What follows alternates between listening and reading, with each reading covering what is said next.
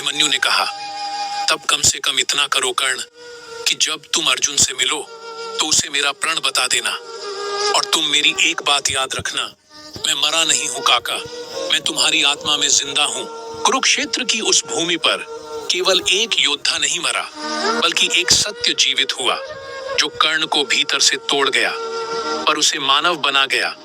कर्ण धीमे स्वर में, तेरी मृत्यु का दोष मुझ पर है बालक, पर तेरे शब्द मेरे भीतर एक अग्नि छोड़ गए हैं जो मुझे जलाती रहेगी जब तक मैं स्वयं ना जल जाऊं। जब कर्ण का रथ कीचड़ में धंसा और श्री कृष्ण ने अर्जुन से कहा, प्रहार करो, तो कर्ण के होठों पर बस एक ही नाम था, अभिमन्यु। कर्ण ने धीरे धीरे सिर उठाया। उसके भीतर एक अनकही पीड़ा और गहरी समझ पल रही थी। कर्ण धीमे स्वर में, भतीजे तेरा प्रण आज पूरा हुआ। और उसी पल कर्ण ने जीवन का सबसे बड़ा सत्य समझा कि रक्त के रिश्ते कभी नहीं मरते, वे बस कर्मों में बदल जाते हैं। कर्ण ने रथ से उतरकर तलवार उठाई।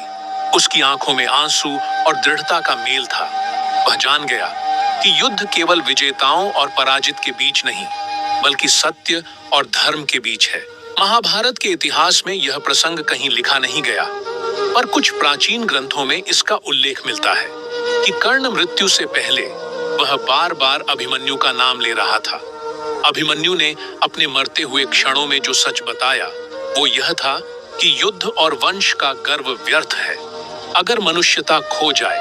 एक बालक जो जीवन में इतना छोटा था, वह एक योद्धा, एक शिक्षक और एक मार्गदर्शक बन गया, जिसने अपने अंतिम शब्दों से कर्ण को जीवन का अर्थ दे दिया कि कभी कभी रिश्ते जन्म से नहीं बल्कि बलिदान से बनते हैं।